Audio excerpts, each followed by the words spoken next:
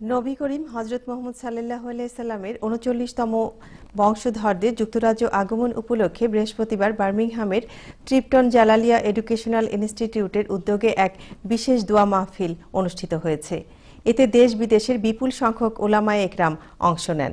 বিস্তারিত থাকছে আমাদের প্রতিনিধি আব্দুল আহাদ সুমনের রিপোর্টে। সঠিক নিয়ত এবং সৎ উদ্দেশ্য থাকলে এতে আল্লাহর রহমত ও বরকত বর্ষিত হয়, বললেন জেদ্দা থেকে আগত নবী করিম সাল্লাল্লাহু আলাইহি সাল্লামের ৩৯তম বংশধর সাইয়েদ উমর বিন আল হাবিব আল হাবসি। বৃহস্পতিবার বার্মিংহামের টিপটনে জালালিয়া এডুকেশনাল ইনস্টিটিউশনের উদ্যোগে এক বিশেষ দোয়া মাহফিল অনুষ্ঠিত হয়।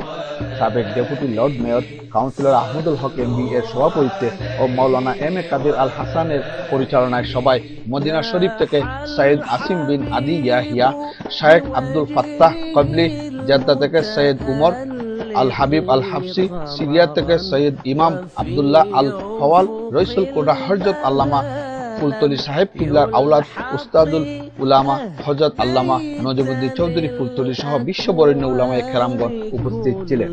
কমিউনিটি নেতা হাজী আরশ আলী, হাজী হরমুজ আলী, হাজী সানফুরুল্লাহ, মন্তাজ আলী, ইদন আলী সহ সকলের সহযোগিতায় উলামায়ে কেরামদের আহলান সাহলান ধ্বনির মাধ্যমে লাল গালিচা সংবর্ধনা দেওয়া হয়।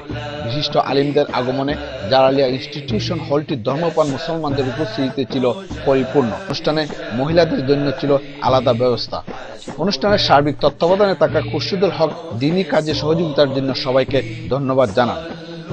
বিশিষ্ট উলামায়ে কেরামদের উপস্থিতিতে দোয়া মাহফিলটি ছিল অত্যন্ত তাৎপর্যপূর্ণ। পরে সকল জিন্দা ও মুর্দার মাগফিরাত কামনা করে মোনাজাত করেন সৈয়দ আসিম বিন আদি ইয়াহিয়া।